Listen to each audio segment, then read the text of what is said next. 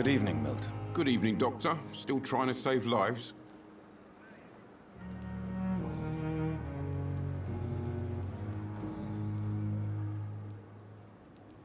What's going on between you and Nurse Hawkins? Pippa's tired. Tired of all this shit. Tired of all those corpses piling up. She's as depressed as I am. During the war, I witnessed a few couples just like you come together in difficult circumstances. It can be very damaging. Maybe you're right. But we support each other. And that's all that matters. You do realize you could both get fired. Hospital staff are not meant to have intimate relationships with one another. Come on, Dr. Reid. Do you know how many rules are broken in this hospital every day just to keep it running? There's nothing wrong with what we're doing.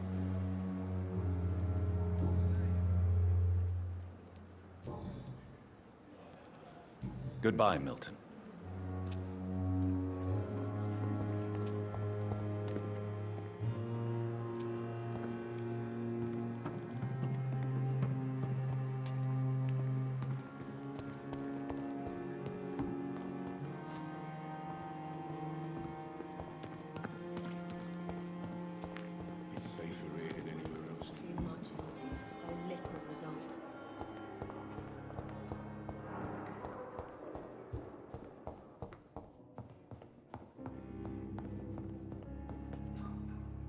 Yes, Doctor?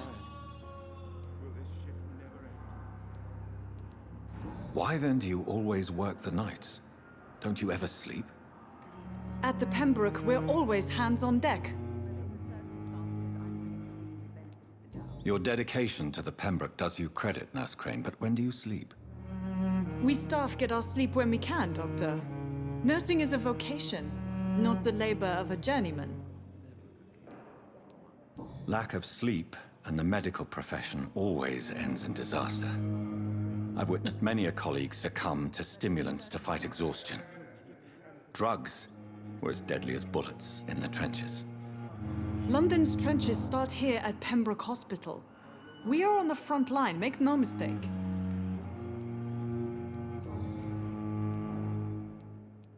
Exactly how bad is the supply situation here at Pembroke?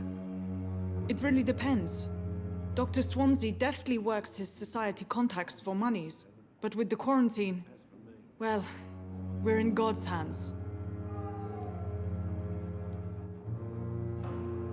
That's all for now, Nurse Crane, thank you. I'm so tired. But in the Good evening, madam. Can I help you? It's my son who needs you, sir. I'm Dr. Jonathan Reid. How can I help your son? I'm Beatrice Goswick, mother of Mortimer Goswick.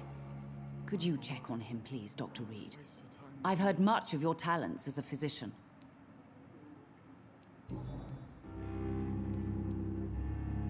What do you think of your reception here? Any complaints? I have had the uttermost reservations about this hospital since we arrived.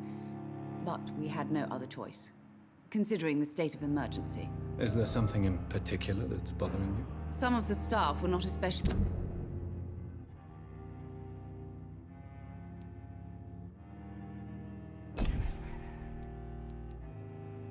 welcoming.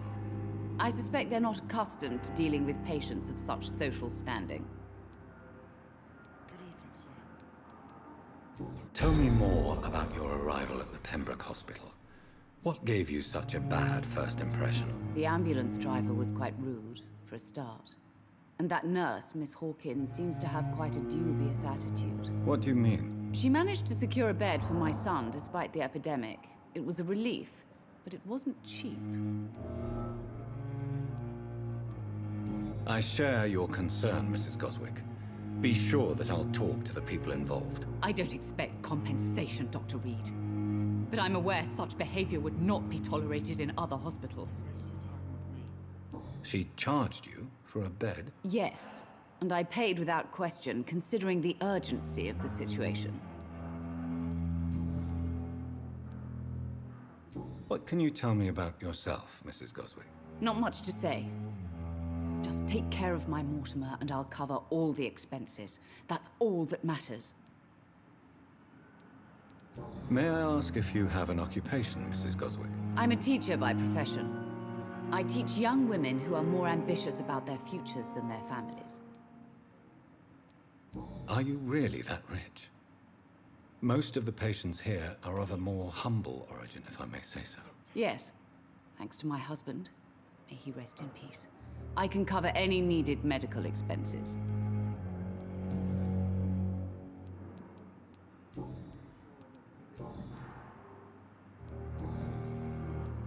Goodbye, Mrs. Goswick.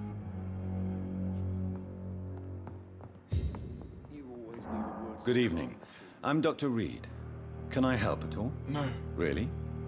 Why are you here, then? I don't want to talk. My throat hurts too much. I suppose that this pain is the reason you're here. Is someone taking care of you? Yes. And no. Could you at least tell me your name, sir? Mortimer. Mortimer Goswick. Why did your mother have you hospitalized here? She seems convinced this is a bad hospital. My mother just wants the best for me. She won't rest while I'm here. She'd go all the way to hell and back to help me. Pembroke Hospital may look unorthodox, but rest assured you're in good hands here. It's not me you have to convince, Dr. Reid. It's my mother. Is your mother bothering you? As your doctor, I can ask her to leave you alone if you would prefer. That's tempting, Doctor. But you have no idea what my mother is capable of. She would tie herself to my bed if you asked her to leave. How painful is your throat, Mr. Goswick? So painful I'd rather not talk at all, Doctor. I'm sure you realize a doctor and his patient have to communicate, sir. Would it help if I gave you some paper and a pen? Not really. I see. Then maybe it's not just your throat that hurts, Mr. Goswick. Perhaps your sore throat is just the consequence of something more hurtful. Yes, maybe. But I don't want to talk or even write about it now. How painful is your throat, Mr. Goswick? So painful I'd rather not talk at all, Doctor.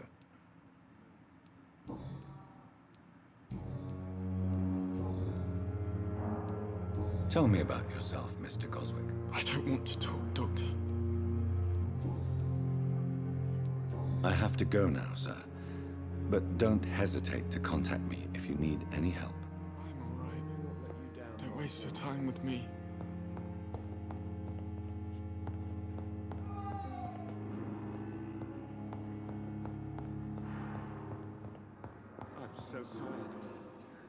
Good evening, sir. I'm Dr. Reid. I believe we're going to be colleagues. Reid, yes, I've been informed about your arrival. I'm Waverly Ackroyd. Welcome aboard, I suppose. Does my arrival inconvenience you in some way, Dr. Ackroyd? Let us just say that I don't particularly share Dr. Swansea's enthusiasm for hiring you. What we need here are reliable professionals, not overrated dabblers. If you have a problem with me, Dr. Ackroyd, please feel free to tell me. Dr. Swansea has imposed your presence on this hospital without asking anyone's advice. The benefit of his position. But I don't agree with it. I know we've never met before, but I believe this hospital could use all the help it can get. You will agree with that, I'm sure. Oh, but I have heard about you, Dr. Reid. Of course, you can't say the same about me, since I have not wasted my time courting the press. Aren't you too old for such jealousy? It really won't do you any good, you know. Don't be ridiculous, Dr. Reid. A simple glance is enough for me to know you have nothing for me to envy. Since your tenure in this hospital is longer than mine, perhaps you can tell me more about this place. Let's just say I'm tired of the carelessness around me. I have always respected the skills of Dr. Swansea, but over time his enthusiasm has become displaced. Carelessness? Exactly what are you talking about? We're here to save lives. The people who trust us are not volunteering for experimentation. They're here to be healed. I don't intend to run any radical experiments, Doctor. Even if I, as any good practitioner should, express an interest in pushing the boundaries of medical research. Modern medical methods were created through audacity and ego. But there are rules in our line of work, and they're here to protect our patients.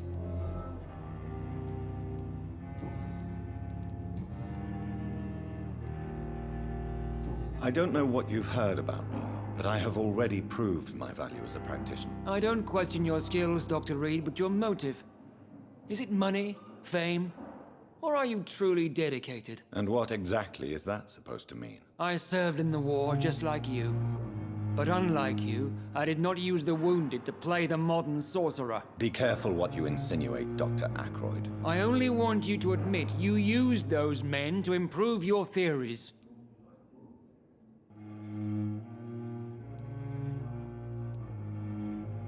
This is ridiculous.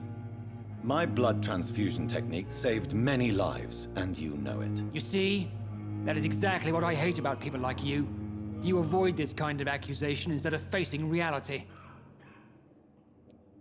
It seems you have bad memories of your military service. I refuse to see this industrial slaughter as scientific progress. War only reveals the worst in men. We can at least agree on something, Dr. Ackroyd. Thank you for your time. We'll talk later.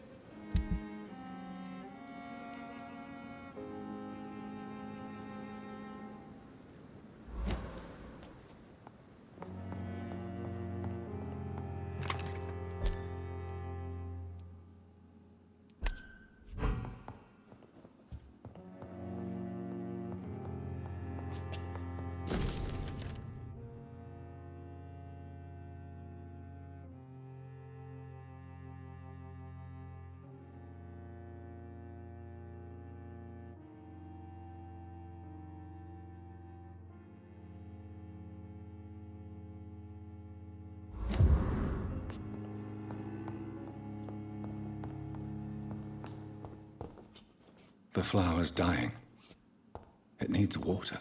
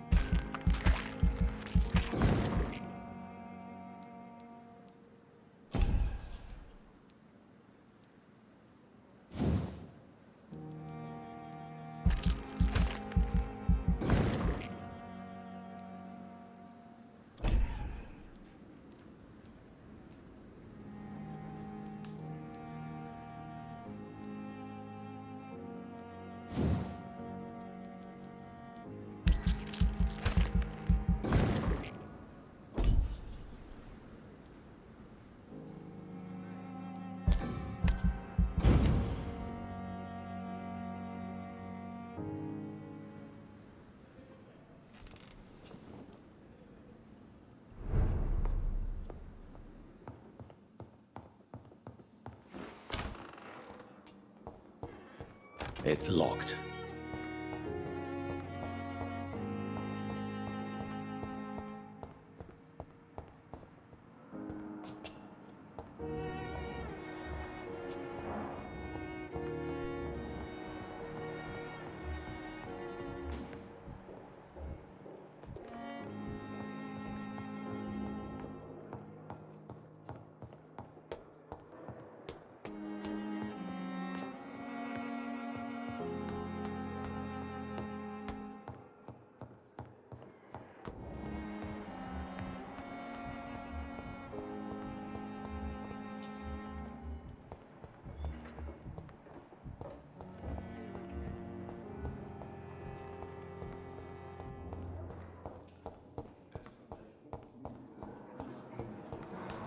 Thelma Howcroft said she was being watched by vampire hunters. Where are they hiding? I should investigate. Good evening. I'm Dr. Reid. Always a pleasure to meet a colleague, sir. Especially when he was supposedly dead. A colleague? Are you a doctor too? Not anymore, sir. I used to be Dr. Rakesh Chadana. Now, I'm just Mr. Chadana. Pawnbroker and humble guardian of this morgue. What do you mean, you used to be a doctor? Was your license revoked? No, sir. It is just that I like to be precise. I run a little pawn shop while taking care of the dead. But I used to be a real doctor.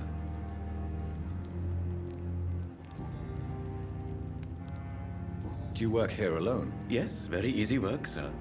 All I have to do is watch a few bodies. The situation was very different when the main morgue was still open. Why close the hospital's main morgue? It was for sanitary reasons after the beginning of the epidemic. Cadavers had to be moved to the nearest mass grave. Why do you have to watch these bodies? Because these poor fellows have no names. We keep them in case someone comes looking for the missing. Sadly, very rarely happens. Are you afraid or uneasy being surrounded by so many corpses? Why should I? These bodies are empty vessels. Flesh left to decay. Poof. No soul anymore. All gone. How did you get this job? After I left the army, I worked as an undertaker down by the docks. A dangerous place with many an unpleasant business there. Milton Hooks helped me get a job here. An interesting point of view. And quite an exotic one, too. Most people fear, or at least have a respect, for dead flesh. Sir, as a medic during the war, I learned to face my death and the death of others. It's the pain we have to tame, not death itself. Have we met before? I don't think so, sir. Why? When we first talked, you said you were glad to meet me since I was reported dead. A funny story, sir. Your sister came here a few nights ago. You were missing, and she was looking for your body. She must be very relieved now.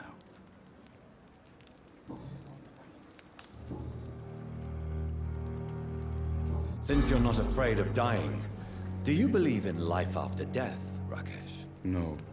I believe we must do all the good we can while alive.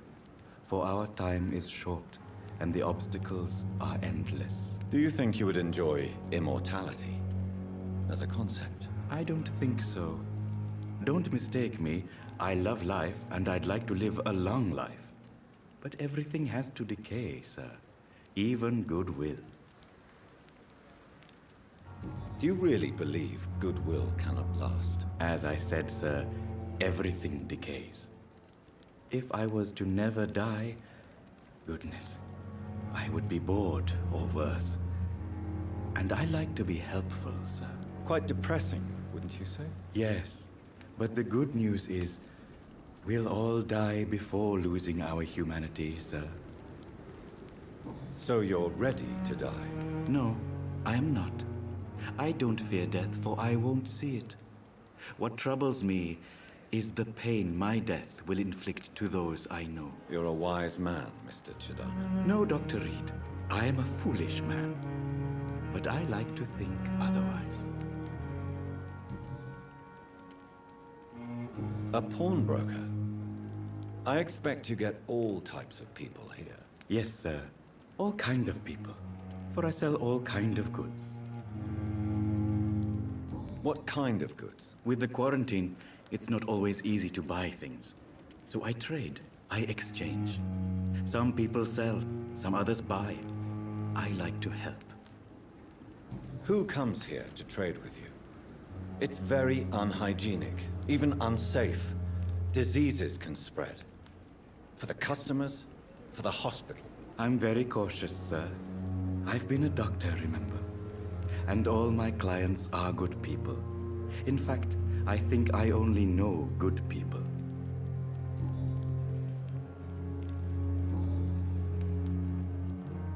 Please show me what you have to sell. Of course. It's just trinkets and curios, really. But I'm sure they can be useful.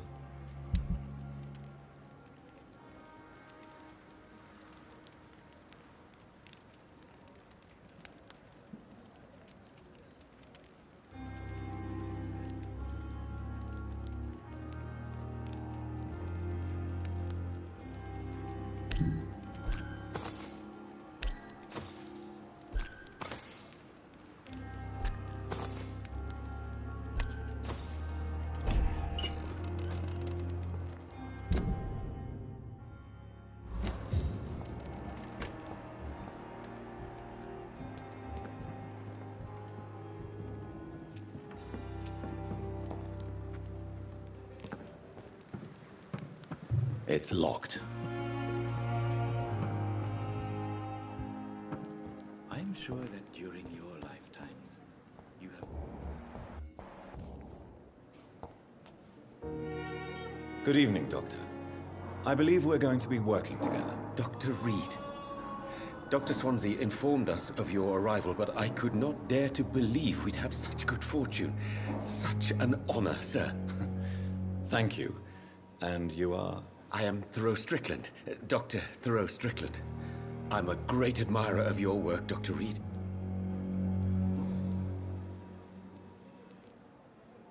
What can you tell me about the Pembroke? Well, it has always been an honor to work with Dr. Swansea.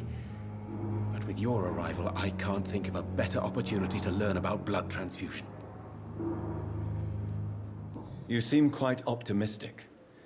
It's a rare and precious attitude in these difficult times. I'm convinced that this epidemic is a test of endurance and dedication for us men of science. Questions remain about our capacity to resolve the situation. True, true. Last summer, during the first wave of the epidemic, I used to joke with Milton about the extra work. We're not smiling now. Do you need help with anything in particular? Well, yes, maybe. I'm waiting for a batch of products I ordered for my personal research, yet my supplier seems to have vanished. Do you want me to play the errand boy for you? Oh no, Dr. Reid.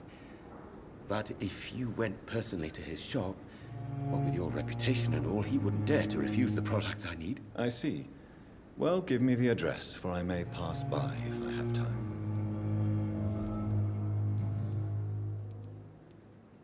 Please, could you tell me something about yourself? I'm a great admirer of your work concerning blood transfusion, Dr. Reid.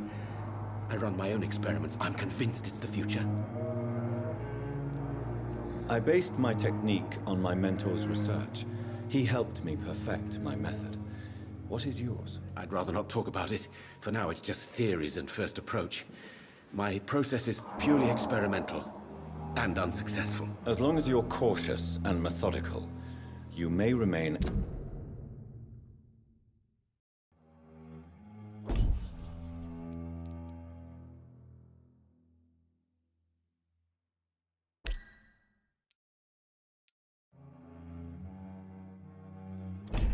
empty-handed, but you won't fail. You're not the first one to warn me, but I am convinced knowledge is the main weapon against the ravages of this epidemic. What made you choose to be a doctor? I'm not ashamed to admit you and your work have inspired me. I am honored to have the opportunity to work by your side. It's always a pleasure to share scientific and medical knowledge with someone eager to learn. I'll be glad to help you if I can. This epidemic may be the century's most terrible disaster, but I'm convinced that we, as doctors, are the only ones able to defeat it. What do you think of Dr. Ackroyd's aversion to modern medical methods? It's a shame he's so narrow-minded. Dr. Swansea taught me that science is about exploring uncharted territory. I'm convinced that's true. With the influenza and all that's going on, you should put your differences aside, don't you think? Why is it so difficult to work together? I believe that if Dr. Ackroyd had been the one to discover the transfusion process, he would be the first to recommend its use. So you believe it's just a question of jealousy and pride? Dr. Ackroyd is as proud as he is blinded by his obsolete concept of medical science.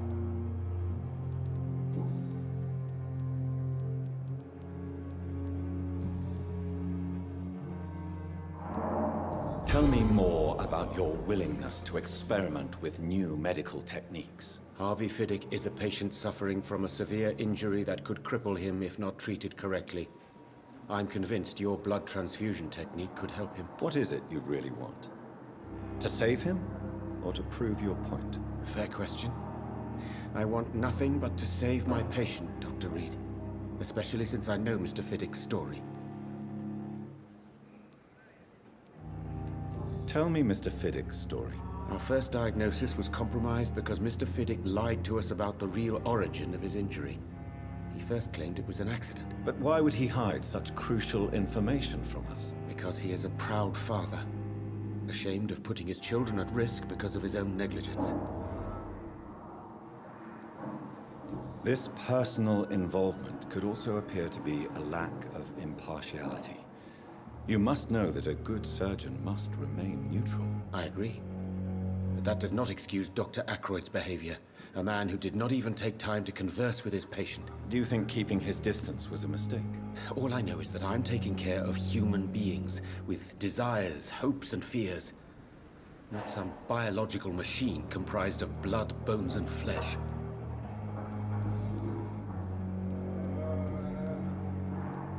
Goodbye, Dr. Strickland.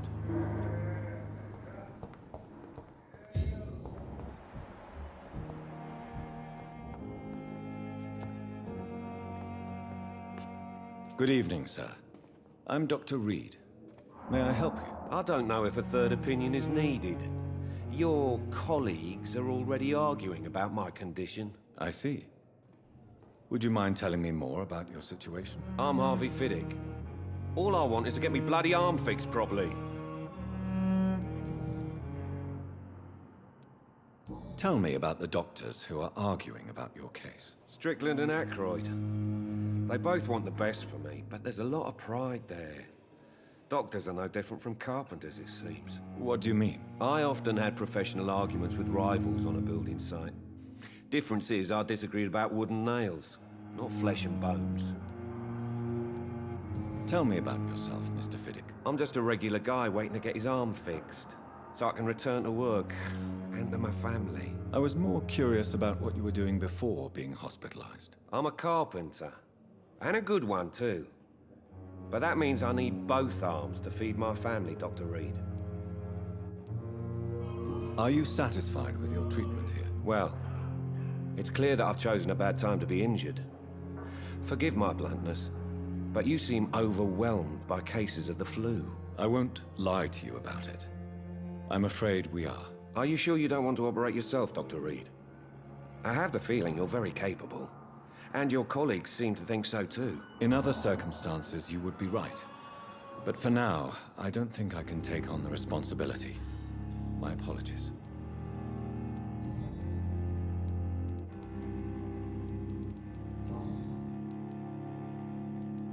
Tell me about your injury, Harvey. Why do you feel so guilty about it? My wife died because of me. And now I may lose everything because I've been careless enough to hurt myself. What an arsehole. How could your job be responsible?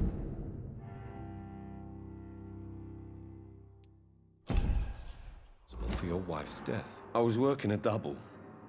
She went out to bring me a hot meal and got caught in a German bomb raid.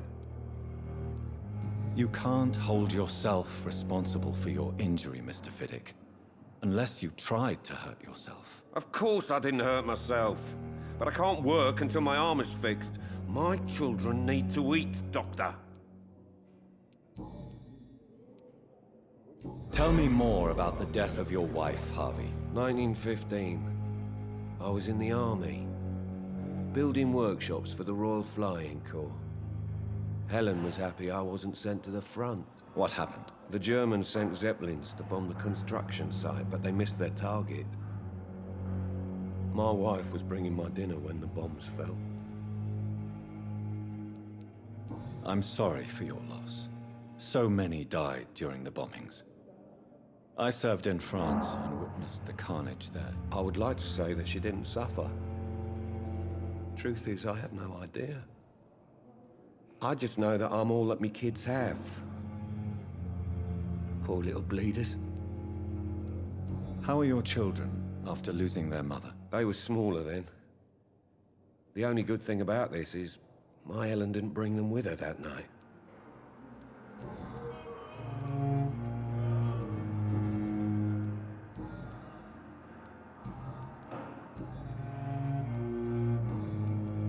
Goodbye for now, Mr. Fiddick.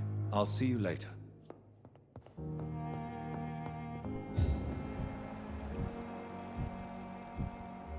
will not let you down, my boy.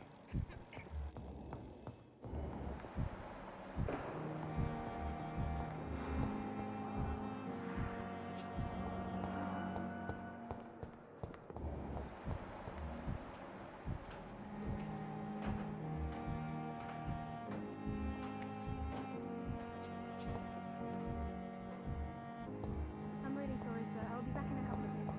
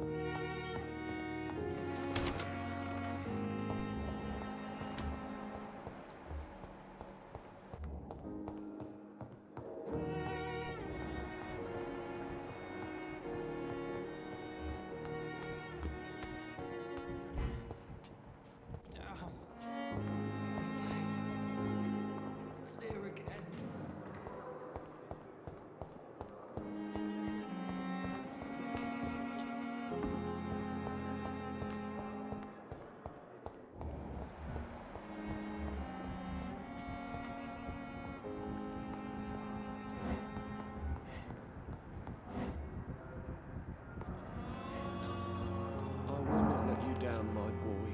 Finally, you've returned, Doctor. Did you find anything of value? Yes, nurse. You've worked your first miracle, Doctor. Now, this patient here needs immediate treatment. Duty calls. When the storm has passed, I'll show you how to mix the remedy yourself with the same basic ingredients. Many thanks, Doctor. When you've finished, you ought to report to Dr. Swansea in his office. He's been looking for you. Seemed pressing.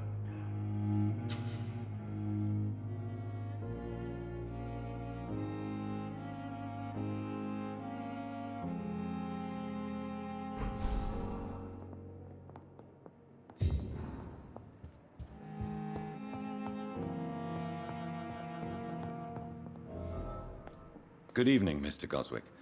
How are you? I'm okay.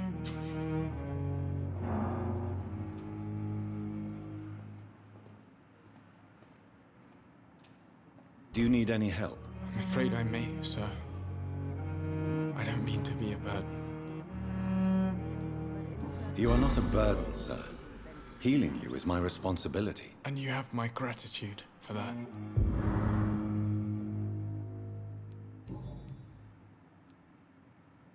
How painful is your throat, Mr. Goswick? So painful I'd rather not talk at all, Doctor.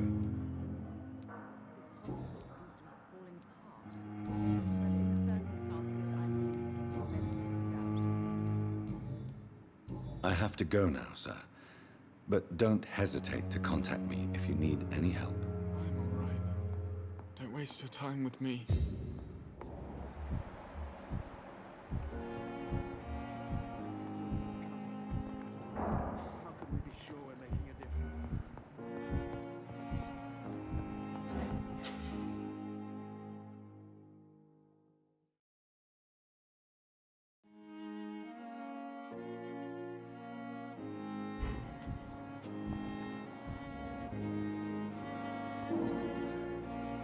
Good evening, nurse. Good evening, Doctor.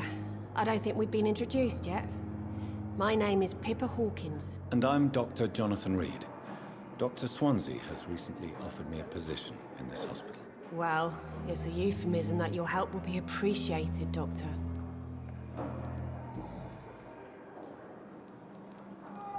How long have you been a nurse? Well, long enough to see that the epidemic is winning.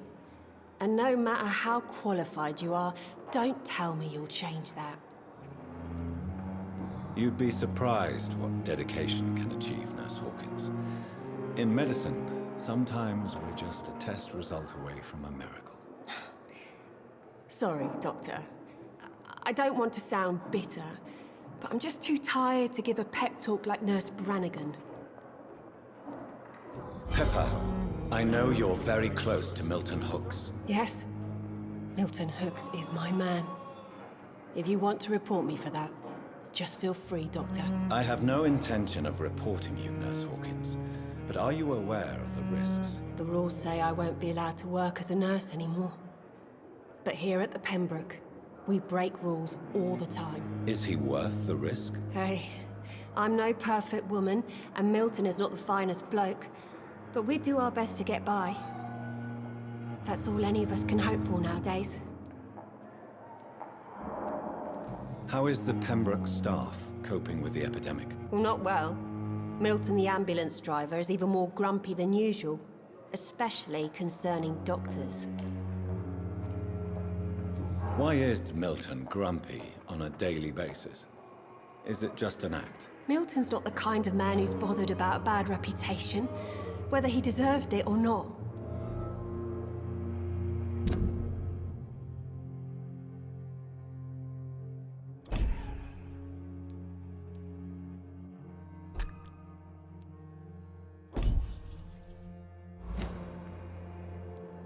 Why does Milton dislike doctors? I don't know. Just ask him. But be warned, Milton is not the chatty type. How would you describe the situation at the Pembroke Hospital? It's serious. The flu is wreaking havoc amongst the staff and patients. We are running out of everything. Nurse Hawkins, the Spanish flu won't last forever. Even the Black Plague didn't kill everyone. I wish I could believe you. But what if this epidemic was worse? What if in the end, nobody was spared? You must get a hold of yourself, nurse. Sorry, I'm exhausted. No one has any idea when this epidemic will be over.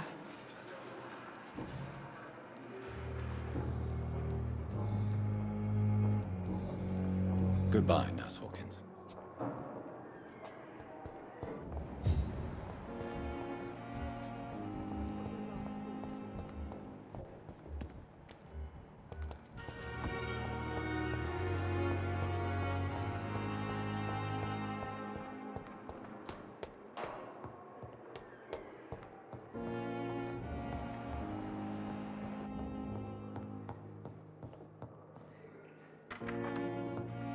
Please, Jonathan, come in. Fascinating, is it not? In the last decade, so many mysteries have been brought to light with our microscopes. The human body, biology's penultimate frontier. The more we explore its boundaries, the less we're able to trace a clear line between life and death. You, my friend, have a foot in both countries.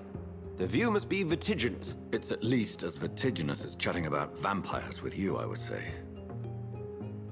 This must be all so new to you. This area of town, the hospital, a brand new life. How stimulating it must be. I wish I could share your enthusiasm, Dr. Swansea, but my condition defies scientific categorization. Undead? Unalive? Immortality defies logic. I cannot express my thrill at this serendipitous turn of events. The world's most eminent specialist in blood transfusions, a vampire. One might say a gift from heaven.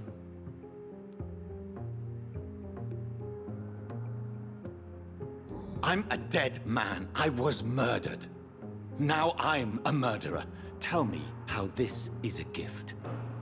Forgive me. I've been an admirer of your work for a long time, and now you are so much more than a brilliant physician.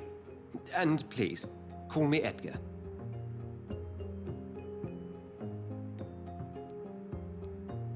There is no need to apologize, Edgar.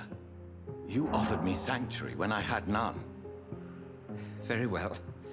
I have a task for you, Jonathan. Something that will require all your newfound skills. Please, go on. The Pembroke only survives through the generosity of our benefactors. Unfortunately, our main donor has found herself in a bit of a bind. Now, if you could help her out... A spokesman or politician is what you need. That's not my calling.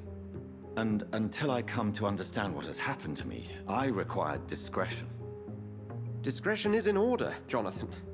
Lady Ashbury has recently received rather indelicate correspondence that, if revealed, would jeopardize her position.